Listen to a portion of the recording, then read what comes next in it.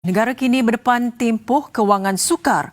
Mana tidaknya bantuan berbilion ringgit disalurkan kepada rakyat dalam masa sama pendapatan kerajaan melalui kutipan cukai makin berkurangan akibat pandemik COVID-19. Ditambah pula harga minyak mentah dunia yang tidak menentu. Faiz Aizat Azali merungkai cabaran percukaian dan apakah masih ada ruang untuk pelepasan cukai diberi untuk belanjawan 2021 nanti.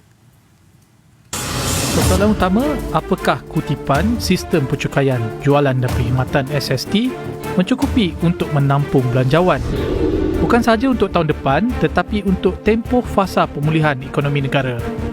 Untuk rekod, SST dianggarkan menyumbang sekitar 26 bilion ringgit setahun, hampir separuh berbanding 44 bilion melalui GST. Secara peribadi, saya berpandangan bahawa GST perlu dikembalikan bagi membantu untuk melestarikan ekonomi negara pada jangka masa yang lebih panjang.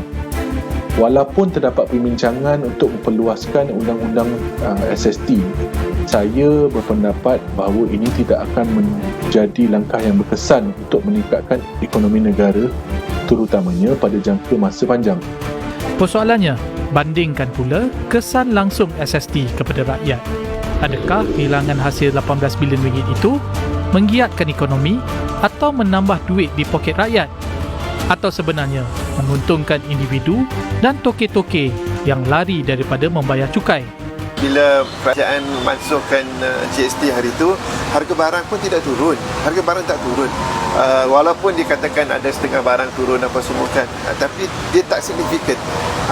Dan secara amnya dia tidak turun dan tidak membantu rakyat apabila GST ini dimasukkan. Tapi dia memberi kesan yang lebih serius kepada kerajaan dari segi pengurangan hasil negara. So saya rasa elok kerajaan dapat pertimbangkan semula. Kalaupun diperkenalkan balik GST atau VAT ini, tolong perkenalkan pada kadar yang lebih rendah. Namun pakar cukai mencadangkan usah gunakan lagi terma GST, tetapi kerajaan boleh menjenamakan semula kepada cukai tambah nilai atau Value Added Tax (VAT). Bagi PwC pula, jika GST dilaksana, beberapa pertimbangan perlu diambil kira.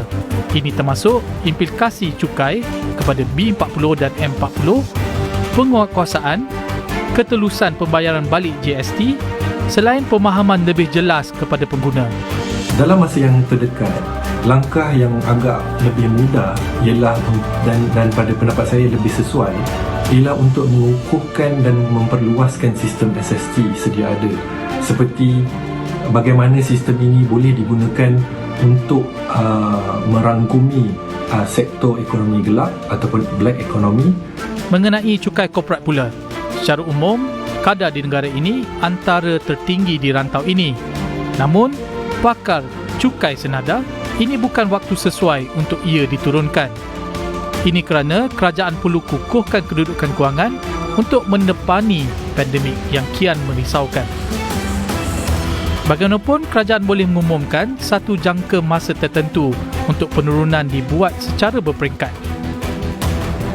Pakar dan firma percukaian turut senada, kadar cukai pendapatan individu yang dikenakan ketika ini tidak usah diturunkan. Ini kerana kadar cukai yang banyak hanya dikenakan kepada individu berpendapatan tinggi sahaja. Kadar di negara ini juga tidak jauh beza dengan negara jiran. Bagaimanapun, pakar cukai meminta kerajaan mempertimbangkan bentuk pelepasan cukai khas COVID-19 sebanyak RM10,000 untuk meringankan beban rakyat. Laporan Faiz Aizat Azali, TV3. Persatuan juga ingin memberi atau memohon kerajaan supaya di dalam bajet ini dapat mengecualikan duty import, duty jualan, cukai korporat untuk penghilang kalau boleh hinggalah tahun depan. Kerana dengan pengecualian duty import ini, maka kita dapat meredakan ataupun mengawal kos jualan dan juga kita dapat harga yang lebih kompetitif di dalam jualan kita di dalam pasaran. Antara cadangan utama di dalam senarai Harapan Belanjawan 2021 FMM adalah sokongan segera melalui pelanjutan moratorium pinjaman dan pembiayaan hingga ke akhir tahun atau hingga Mac 2021. Pengecualian cukai pendapatan korporat dan individu bagi tahun taksiran 2020 dan 2021 untuk impak dan kesan pengganda yang lebih kukuh. Memasukkan kriteria program subsidi upah yang terhad kepada 200 pekerja dengan hak gaji 4,000 dan memperluaskan program itu kepada syarikat-syarikat yang terjejas oleh gelombang ketiga COVID-19. Kami mohon agar geran pengiklanan dapat dipertingkatkan untuk kami mengiklankan produk kami di media massa seperti TV dan akhbar.